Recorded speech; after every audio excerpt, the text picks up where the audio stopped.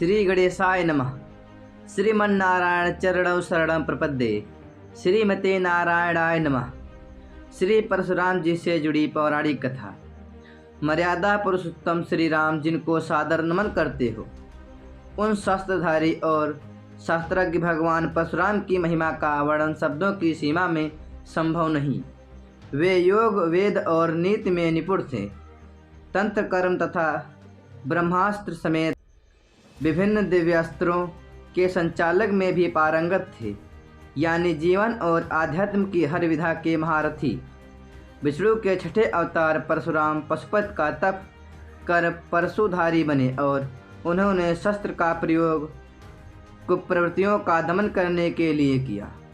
कुछ लोग कहते हैं परशुराम ने जाति विशेष का सदैव विरोध किया, लेकिन यह तार्किक सत्य नहीं। तथ्य तो यह है कि संहार और निर्माण दोनों में कुशल परशुराम जाति नहीं अपितु अवगुण विरोधी थे। गोस्वामी तुलसीदास के शब्दों में, जो दल खंड करहु नहीं तोरा, भ्रष्ट होए सुतिमार्ग मोरा की परंपरा का ही उन्होंने भली भांति पालन किया। परशुराम ने ऋषियों के सम्मान की पुनः स्थापना के लिए शस्त्र उठाए। उनका उद्देश्य जाति विशेष का विनाश करना नहीं था। यदि ऐसा होता तो वे केवल हय वंश को समूल नष्ट ना करते।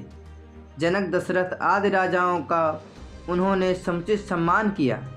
सीता स्वयंवर में श्री राम की वास्तविकता जानने के बाद प्रभु का अभिनंदन किया, तो कौरव सभा में कृष्ण का समर्थन करने में भी परशुराम ने संकोच नहीं किया।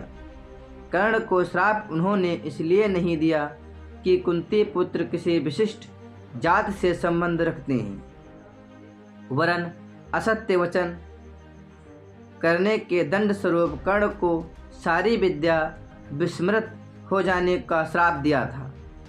कौशल्या पुत्र राम और देवकी नंदन कृष्ण से अगाध स्नेह रखने वाले परशुराम ने गंगा पुत्र देवव्रत भीष्म पितामह को न सिर्फ युद्ध कला में प्रशिक्षित किया, बल्कि यह कहकर आशीष भी दी कि संसार में किसी गुरु को ऐसा शिष्य पुनः कभी प्राप्त न हो। पौराणिक मान्यता के अनुसार अक्षय तृतीया को ही त्रेता युग का प्रारंभ हुआ था। इसी दिन यानी वैशाख शुक्ल तृतीया को सरस्वती नदी के तट पर निवास करने वाले ऋषि जमदग्नि तथा माता रेणुका के घर प्रदोष काल में जन्मे थे परशुराम। परशुराम के क्रोध की चर्चा बार बार होती है, लेकिन आक्रोश के कारणों की खोज बहुत कम हुई है। परशुराम ने प्रतिकार स्वरूप हय वंश के कार्तवीर्य अर्जुन की वंशवेल का 21 बार विनाश किया था, क्योंकि कामधेनु गाय का हरण करने के लिए अर्जुन पुत्रों ने ऋषि जमदग्नि की हत्या कर दी थी।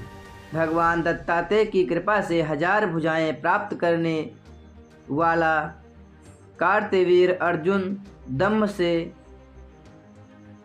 लबालब भरा था। उनके लिए विप्रवध जैसे खेल था, जिसका दंड परशुराम ने उसे दिया। ग्रंथों में यह भी वर्णित है कि सहस्त्राबाहु ने परशुराम के कुल का 21 बार अपमान किया था। परशुराम के पिता की हत्या का समाचार प्रलयातीत था।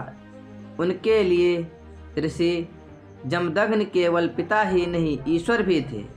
इतिहास प्रमाण है कि परशुराम ने गंधर्वों के राजा चित्ररथ पर आकर्षित हुई माँ रेणुका का पिता का आदेश मिलने पर वध कर दिया था। जमदग्नि ने पितृ आज्ञा का विरोध कर उन्हें पुत्रों रुक्माम, सुखेड़, वसु तथा विश्वानस को जड़ होने का श्राप दिया, लेकिन बाद में परशुराम के अनुरोध पर उन्होंने दयावश पत्नी और पुत्रों को पुनर्जीवित कर दिया। पशुपति भक्त परशुराम ने श्री राम पर भी क्रोध इसलिए व्यक्त किया क्योंकि अयोध्या नरेश ने शिव धनुष तोड़ दिया था।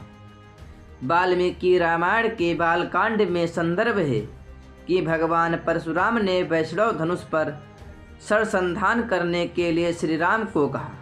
जब वे इसमें सफल हुए, तब परशुराम ने भी समझ लिया कि विष्णु ने श्री राम स्वरूप धारण किया है। परशुराम के क्रोध का सामना तो गणपति को भी करना पड़ा था। मंगल मूर्ति ने परशुराम को शिव दर्शन से रोक लिया था। रुष्ट परशुराम ने उन पर परशु प्रहार किया, जिससे गणेश का एक दांत नष्ट हो गया और वे एक दंत कहलाए।